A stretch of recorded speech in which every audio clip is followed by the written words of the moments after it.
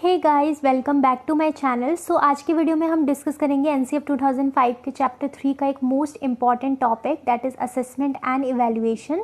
और जैसा कि मैंने पिछली वीडियो में आपसे कहा था कि किस तरह से आपको चीज़ें पढ़नी है और एक ऑर्गेनाइज्ड और सीक्वेंस वे में पढ़ना है, और चैप्टर 3 में से आपको कौन कौन सी चीज़ें पढ़नी है वो मैं ऑलरेडी डिस्कस कर चुकी हूँ उस वीडियो में।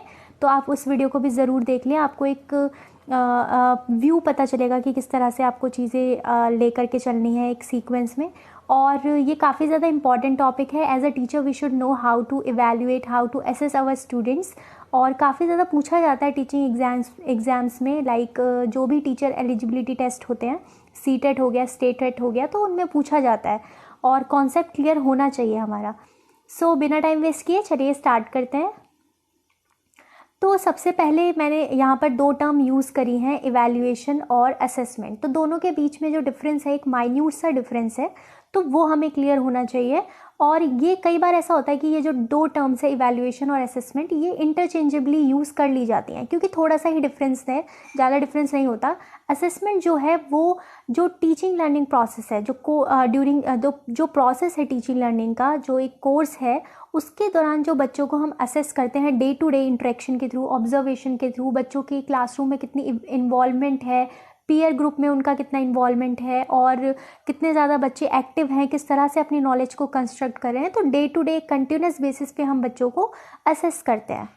ठीक है, तो बच्चों की लर्निंग कितनी हुई है उसको हम पता लगाते हैं, तो डैट इज़ कॉल्ड असेसमेंट।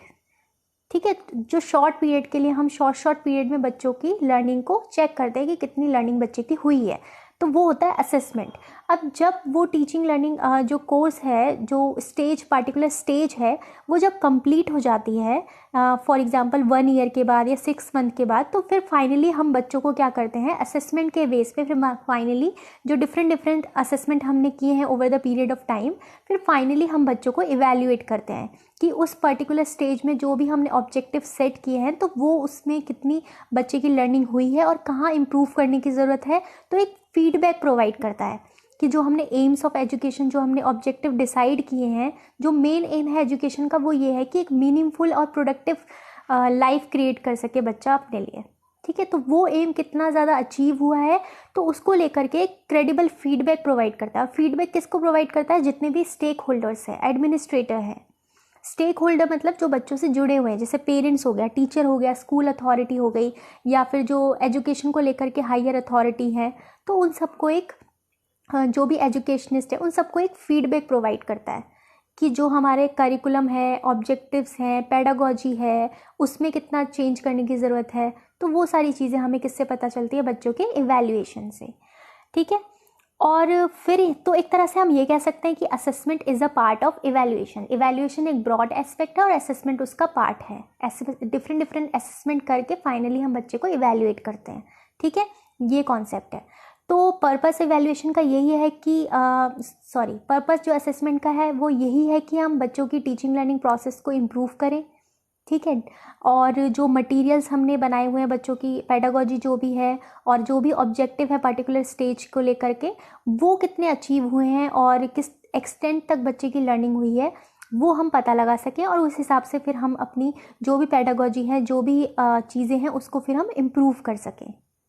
ठीक है, नेक्स्ट यहाँ पे दूसरा पॉइंट ये कहा गया है कि हमें फ्रिक्वेंटली एग्जामिनेशन और टेस्ट लेने की ज़रूरत नहीं है बच्चों को असेस करने के लिए। काफ़ी ज़्यादा इंपॉर्टेंट लाइन है ये, क्योंकि जो लर्निंग विदाउट बर्डन कमेटी जो बनी थी, यशपाल कमेटी 1993 में, ठीक है, जैसा कि मैंने आपसे डिस्कस कर चुकी हूँ ऑलरेडी प्रीवियस वीडियोज़ में, जो भी एजुकेशन मैंने कमीशन आपके साथ डिस्कस किए थे, उसमें मैंने बताया था आपको कि जो मेन मोटिव है इस कमेटी का वो यही है कि हम जो बच्चे हैं ना, उसमें जो स्ट्रेस है एग्जामिनेशन का वो कम हो सके, क्योंकि काफ़ी ज़्यादा बर्डन बच्चों का बढ़ रहा था एग्जामिनेशन को लेकर के।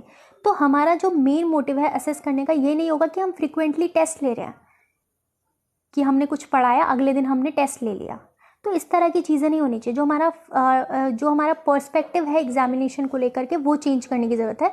हम डे टू डे इंटरेक्शन के थ्रू, एक्टिविटीज़ के थ्रू, बच्चे के इन्वॉल्वमेंट के थ्रू, इंटरेक्शन के थ्रू, बच्चा कितना एक्सप्रेस कर पा रहा है क्लासरूम में अपने आप को, उसके थ्रू, और इन चीज़ों के थ्रू हम बच्चे को क्या कर सकते हैं?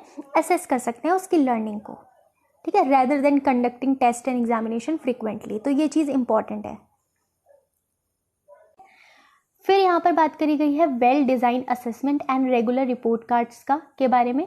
तो जो ये रिपोर्ट कार्ड्स है इनका जो मेन मोटिव है, कई बार क्वेश्चन पूछ लेता है इस पे भी, तो आपको क्लियर होना चाहिए, ऑप्शन में अलग अलग चीज़ें लेकर के पूछता है। तो किस चीज़ के लिए रिपोर्ट कार्ड का जो मेन मोटिव है वो ये है कि लर्नर को फीडबैक प्रोवाइड कर सके कि किस तरह से उसकी लर्निंग हुई है और कितनी चीज़ें इंप्रूव करने की ज़रूरत है। उसके हिसाब से फिर स्टैंडर्ड हम सेट करते हैं बच्चों की लर्निंग को इम्प्रूव करने के लिए, ठीक है। उसके अलावा पेरेंट्स को भी इन्फॉर्म करता है कि उनके जो बच्चे हैं उनकी क्वालिटी ऑफ कितनी ज़्यादा उनकी लर्निंग हुई है, डेवलपमेंट हुई है, प्रोग्रेस हुई है, तो उसके बारे में भी टीचर को पेरेंट्स को इन्फॉर्म करता है। नेक्स्ट ये भी सर्टिफाई करता है कि जो कंप्लीशन ऑफ स्टडी है वो कितना हुआ है। तो जो भी डिफरेंट इंस्टीट्यूट है, स्कूल हो गया या फिर अदर एजुकेशनल इंस्टीट्यूट है, उनको भी इन्फॉर्म करता है कि जो क्वालिटी है और एक्सटेंट है लर्निंग की वो कितनी हुई है, कितनी कंप्लीट हुई है बच्चे की, ठीक है। रिपोर्ट कार्ड का फिर यहाँ पर एक चौथी बात ये कही गई है कि 4th पॉइंट में ये कहा गया है कि रिपोर्ट कार्ड कभी भी एक मीन, सिर्फ कंपटीशन का एक मीन नहीं होना चाहिए कि कंपटीशन रिफ्लेक्ट हो रहा है रिपोर्ट कार्ड में। जैसे हम रैंक दे देते हैं ना बच्चों को, फर्स्ट सेकंड थर्ड, ट्रेडिशनली इस तरह से बच्चों को सेग्रीगेट किया जाता था, और कई बार इस तरह से सेग्रीगेट किया जाता था कि सेक्शन डिवाइड कर दिए जाते थे, ठीक है, कि ये स्लो लर्नर है, एवरेज है, इस तरह से बच्चों को सेग्रीगेट कर दिया जाता था। तो बिल्कुल ही इसको डिस्कार्ड किया गया है, क्योंकि ये इनकरेज नहीं करता रिपोर्ट कार्ड कभी भी कंपटीशन को। तो इसके बारे में थोड़ा अभी आगे नेक्स्ट स्लाइड, अगली स्लाइड में हम डिटेल में डिस्कस करेंगे। तो रिपोर्ट कार्ड का ये भी मोटिव नहीं होता है। फिर यहाँ पे बात कही गई है कि जो रिपोर्ट कार्ड है उसमें ओवरऑल डेवलपमेंट के ऊपर बात होनी चाहिए बच्चों की, तीनों डोमेन्स को इंक्लूड किया जाए, कॉग्निटिव, अफेक्टिव, साइकोमोटर। तो कॉम्प्रिहेंसिव वे में बच्चों की लर्निंग जो हुई है उसको इंक्लूड किया जाए, सिर्फ स्कॉलास्टिक एस्पेक्ट को लेकर ना चला जाए कि सब्जेक्ट्स में इतने मार्क्स आ गए, इस सब्जेक्ट में इतने मार्क्स आ गए, नहीं। बच्चे का जो भी को करिकुलर एक्टिविटीज़ है उसका भी बच्चों का उस पर भी बच्चों की असेसमेंट होनी चाहिए, क्वालिटेटिव असेसमेंट होना चाहिए। उसके अलावा वैल्यूज़ कितनी डेवलप हुई हैं बच्चों में, ठीक है, साइकोमोटर स्किल्स कितनी डेवलप हुई हैं, तो सारी चीज़ें बच्चों को एक कॉम्प्रिहेंसिव वे में सारी चीज़ें डिफाइन होनी चाहिए रिपोर्ट कार्ड में, ठीक है। उसके बाद नेक्स्ट यहाँ पे बात करी गई है कि वही चीज़ थोड़ी देर पहले मैंने ये बात कही थी कि कोई भी स्पेसिफिक टेस्ट की ज़रूरत नहीं है बच्चों को असेस करने की। टीचर एक डे टू डे ऑब्जर्वेशन के थ्रू अपने क्लास के स्टूडेंट्स को ऑब्जर्व कर सकती है, ठीक है, कि बच्चे का क्लास में कितना इन्वॉल्वमेंट है, कितना इंटरेस्ट है, कितना वो ज़्यादा मोटिवेटेड है, इंटरेस्टिक मोटिवेशन कितनी है उसके अंदर, चीज़ों को खुद से कंस्ट्रक्ट करने की कितनी एबिलिटी है उसके डेवलप हुई है उसके अंदर। तो टीचर एक डायरी मेंटेन कर सकता है, बच्चों को डे टू डे ऑब्जर्वेशन के थ्रू असेस कर सकता है, उसके लिए किसी पार्टिकुलर टेस्ट की ज़रूरत नहीं होती, ठीक है। नेक्स्ट यहाँ पे बात करी गई है कि करिकुलर एरियाज, कुछ ऐसे भी होते हैं करिकुलर एरियाज जिनको हम टेस्ट नहीं कर सकते मार्क्स के लिए, मतलब क्वांटिफाई नहीं कर सकते। फॉर एग्जांपल कौन कौन से हैं वो एरिया, जैसे हेल्थ हो गया, वर्क हो गया, yoga, physical education, sports, music, arts. तो ये इस तरह के एरिया हैं जिनको क्वालिटेटिव और कंटिन्यूस असेसमेंट की ज़रूरत होती है। अच्छा, मैं ये बार बार टर्म यूज़ कर रही हूँ क्वालिटेटिव असेसमेंट और क्वांटिटेटिव असेसमेंट, तो दोनों में डिफरेंस क्या है कि क्वांटिटेटिव असेसमेंट वो होता है जिसको हम नंबर में असाइन कर सकते हैं, जिसको हम वैल्यू दे सकते हैं, नंबर दे सकते हैं। फॉर एग्जाम्पल जैसे नॉलेज बेस्ड सब्जेक्ट्स होते हैं, मैथ्स हो गया, साइंस हो गया, ठीक है, जितने भी हमारे सब्जेक्ट्स हैं, तो उसको हम नंबर में बच्चों की असेस कर सकते हैं उसको, ठीक है, एक तरह से कह सकते हैं कि हम उसको क्वांटिफाई कर सकते हैं। लेकिन ये जो एरिया है, योगा हो गया, हेल्थ हो गया, इसको हम नंबर्स में असाइन नहीं कर सकते, ये एब्स्ट्रैक्ट कॉन्सेप्ट है, ठीक है। अब योगा का मेन मोटिव क्या है, फिजिकल एजुकेशन का मेन मोटिव क्या है कि बच्चे की mental health, physical health develop हो। अब बच्चा कैसा फील कर रहा है और फीलिंग क्या है बच्चे की, कितनी उसकी मेंटल एबिलिटी, किस तरह से वो मेंटली फील कर रहा है, हेल्दी फील कर रहा है, तो ये फीलिंग वाला जो पार्ट है उसको हम क्वांटिफाई नहीं कर सकते, उसको नंबर में असाइन नहीं कर सकते। उसके लिए ज़रूरी है क्वालिटेटिव असेसमेंट हो, और ये एक दिन में चीज़ें नहीं आ जाती, ये हम कंटिन्यूसली ऑब्जर्व करेंगे over the period of time बच्चे को, तभी हमें पता चलेगा कि कितनी उसकी लर्निंग हुई है। हालांकि हम स्किल बेस्ड कंपोनेंट को, जो फिजिकल एजुकेशन और योगा का स्किल बेस्ड कंपोनेंट है, स्पोर्ट्स हो गया उनका, वो हम कर सकते हैं, टेस्ट कर सकते हैं नंबर्स के थ्रू कि बच्चा ये पोज किस तरह से बना पा रहा है, ये पोज बना पा रहा है कि नहीं बना पा रहा, ठीक है, तो वो हम असेस कर सकते हैं। लेकिन जो हेल्थ एस्पेक्ट है, जो और चीज़ें हैं, वो चीज़ असेस करना, क्वांटिटेटिव असेसमेंट करना, उसका थोड़ा मुश्किल होता है, और इसलिए जो ये चीज़ें होती हैं उसको हम कंटिन्यूस और क्वालिटेटिव असेसमेंट के थ्रू ही करते हैं। तो अब नंबर, क्योंकि अब पेरेंट्स जो होते हैं, स्कूल अथॉरिटी होती है, काफ़ी ज़्यादा नंबर्स को लेकर ट्रेडिशनली काफ़ी ज़्यादा इंपॉर्टेंस नंबर्स को दी जाती थी, जिसकी वजह से इस एरिया को क्या कर दिया गया, साइडलाइन कर दिया गया। और इन क्लासेस की जगह जैसे गेम्स का पीरियड होता था, स्पोर्ट्स का पीरियड होता है, या फिर कोई भी योगा का पीरियड होता है, तो उसमें फिर जो बाकी के जो मेन सब्जेक्ट्स टीचर जो मानते हैं मेन सब्जेक्ट, जो स्कूल अथॉरिटी मानती है, जैसे मैथ्स हो गया, साइंस हो गया, उसकी क्लासेस को लेने के लिए उन पीरियड्स को क्या किया जाता है, अलग कर दिया जाता है, ठीक है, नहीं लिए जाते, तो उसको इम्पोर्टेंस नहीं दी जाती। तो और हमें पता है कि ये चीज़ें कितनी इंपॉर्टेंट है, क्योंकि बच्चे का ओवरऑल डेवलपमेंट करना है, सिर्फ उसको इंफॉर्मेशन और स्कॉलास्टिक एस्पेक्ट में हमें बच्चों को नहीं बढ़ाना है, हमें और चीज़ों पे भी ध्यान देना है, उसके साइकोमोटर स्किल्स, उसकी अफेक्ट, कितनी वैल्यूज़ उसमें डेवलप हुई हैं, और वो चीज़ें तभी होगी जब हम हर एस्पेक्ट को लेकर के चले बराबरी से, ठीक है। तो अब कैसे इसको किया जाए फिर, तो टीचर क्या कर सकता है, पार्टिसिपेशन, बच्चों का जो इन्वॉल्वमेंट है, इंटरेस्ट है, वो डे टू डे ऑब्जर्वेशन के थ्रू देख सकता है कि कितना बच्चे इंटरेस्टेड है चीज़ों को लेकर के, करिकुलर एरियाज़ को लेकर के, और बच्चों को खुद रिपोर्ट तैयार करने के लिए बोला जा सकता है कि अपनी लर्निंग पे उन्होंने जो चीज़ें सीखी है रिफ्लेक्ट करें, ठीक है। उससे पता चलेगा टीचर को भी कितनी इम्प्रूवमेंट हुई है और कहाँ कहाँ बच्चों को इम्प्रूव करने की ज़रूरत है। नेक्स्ट यहाँ पे बात करी गई है design and conduct of assessment, किस तरह से असेसमेंट को कंडक्ट करवाना है। तो सबसे पहले तो ये बात कही गई है कि जो भी हमारी बातें कही गई है एनसीएफ में, या जो भी रिपोर्ट हमारी बनी थी प्रीवियसली, जैसे लर्निंग विदाउट बर्डन हो गया, इनमें यही कहा गया है कि काफ़ी ज़्यादा स्ट्रेस बढ़ गया था, बच्चों पे बर्डन बढ़ गया था, जिससे मीनिंगफुल लर्निंग नहीं हो पा रही थी, है ना। और अब अगर फिर भी ऐसा ही चलता रहे, एग्जामिनेशन और टेस्ट को ही इम्पॉर्टेंस दी जाए बच्चों की लर्निंग को चेक करने के लिए, तो जो भी एफर्ट्स लिए गए हैं करिकुलम के को लेकर के, जो भी चीज़ें हमने लर्निंग को लेकर के इम्प्रूव करी हैं अपनी पेडागोजी, या फिर जो भी बातें कही गई हैं एनसीएफ 2005 में, वो मीनिंगलेस हो जाएगी अगर हम असेसमेंट ऑफ लर्निंग कर रहे हैं। अच्छा, यहाँ पे दो बातें यूज़ हुई है, एक होती है असेसमेंट ऑफ लर्निंग और एक होता है असेसमेंट फॉर लर्निंग। तो ये चीज़ें आपको दोनों में डिफरेंस पता होना चाहिए। जो ट्रेडिशनली यूज़ किया जाता था, जो बिहेवियरिस्टिक अप्रोच था, वो ये था कि एक पर्टिकुलर, फॉर एग्जांपल एक 3 मंथ का पर्टिकुलर पीरियड है ना, एक डिसाइड किया है, ठीक है, और बच्चे को हमने इन्फॉर्मेशन दे दी, और आफ्टर 3 मंथ बच्चों का टेस्ट ले रहे हैं, तो हमने ये बिहेवियरिस्टिक अप्रोच को हम इसमें ध्यान दे रहे हैं। बिहेवियरिस्टिक अप्रोच से हमें अब कहाँ जाना है, कंस्ट्रक्टिविस्ट अप्रोच, मतलब हम जो लर्निंग बच्चे की हुई है but over the period of 3 months, उसको हम फाइनली क्या कर रहे हैं, असेस कर रहे हैं। तो लर्निंग को हम असेसमेंट ऑफ लर्निंग हो गया। तो यहाँ पे ऐसे तो नहीं पता चल जाएगा ना एक दिन में, एक पर्टिकुलर टेस्ट, एक सिर्फ पेपर डिसाइड नहीं कर लेगा कि बच्चों की लर्निंग कितनी हुई है। तो ये जो तरीका है, बिहेवियरिस्टिक अप्रोच है, तो ये काफ़ी ज़्यादा रॉन्ग है, और इससे जो मीनिंगफुल लर्निंग है वो नहीं हो पा रही है बच्चों की। तो अब हमारा जो फोकस है, जो कंस्ट्रक्टिविस्ट पर्सपेक्टिव है हमारा, वो कहता है कि हमें असेसमेंट करना है फॉर लर्निंग, कि बच्चे की लर्निंग हो सके, ठीक है। असेसमेंट सिर्फ इसलिए नहीं करना कि हम एक रिपोर्ट कार्ड हमें बनाना है at the end of the period, नहीं, असेसमेंट इसलिए करना है कि ताकि बच्चों की लर्निंग कितनी हुई है वो पता लगा सके, और उसमें इम्प्रूव करने की ज़रूरत कहाँ है वो पता लगा सके। और वो कब होगा, जब हम कंटिन्यूस बेसिस पे बच्चों को असेस करेंगे, ठीक है, डे टू डे इंटरेक्शन में या फिर ऑब्जर्वेशन के थ्रू। तो वही चीज़, तो वो होता है असेसमेंट फॉर लर्निंग, ओके। और जो भी हम कंडक्ट करवाएं, टेस्ट या फिर जो भी क्विज, डिबेट, डिस्कशन, जो भी प्रोजेक्ट या फिर किसी भी तरह से हम बच्चे को असेस, जो भी टूल हम बना रहे हैं, उसका मेन मोटिव ये होना चाहिए, उसका जो बेस होना चाहिए वो इस पे होना चाहिए कि बच्चे अपनी नॉलेज को रियल लाइफ में कितना ज़्यादा यूज़ कर पा रहे हैं, प्रॉब्लम सॉल्विंग एबिलिटी कितनी आई है बच्चों में, और वो किस तरह से सोच रहे हैं, ठीक है, प्रोसेस क्या है उनकी थिंकिंग का, उनकी थिंकिंग कितनी इम्प्रूव हुई है। तो वो चीज़ हमें एसेस करने की ज़रूरत है। और क्वेश्चन जो हम पूछेंगे वो हम कैसे इंक्लूड कर सकते हैं, open ended question. Open ended question होता है जिसमें बच्चा सोचने पे मजबूर हो जाए, डाइवर्जेंट थिंकिंग, जिसमें एक पर्टिकुलर आंसर ना हो सिर्फ, बल्कि बहुत सारे पॉसिबल वे हो सकते हैं आंसर्स के, जिसमें बच्चा अपने वर्ड्स में, उसने क्या समझा है, उसने क्या इंटरप्रेट किया है, वो अपने वर्ड्स में एक्सप्रेस कर सके, rather than reproducing the same knowledge, same information, okay. तो चैलेंजिंग क्वेश्चन होने चाहिए, जो सिर्फ ये नहीं कि सिर्फ बुक में जो क्वेश्चन दिए हैं वही हमें बच्चों से पूछने हैं। फिर यहाँ पर मैंने कहा था आपसे कि कंपटीशन के बारे में बात करेंगे। कंपटीशन पे काफ़ी ज़्यादा क्वेश्चन आते हैं।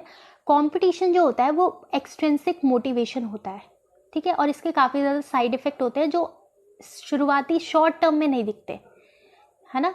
जो कंपटीशन है ना, आपने कई बार हम न्यूज़पेपर में सुनते हैं स्ट्रेस की वजह से बच्चे सुसाइड कर लेते हैं, तो शॉर्ट टर्म में ये चीज़ें नहीं दिखती। इसका काफ़ी ज़्यादा नेगेटिव इफेक्ट पड़ता है बच्चे की साइकोलॉजी पे, उसके माइंड पे, उसकी फिजिकल हेल्थ पे।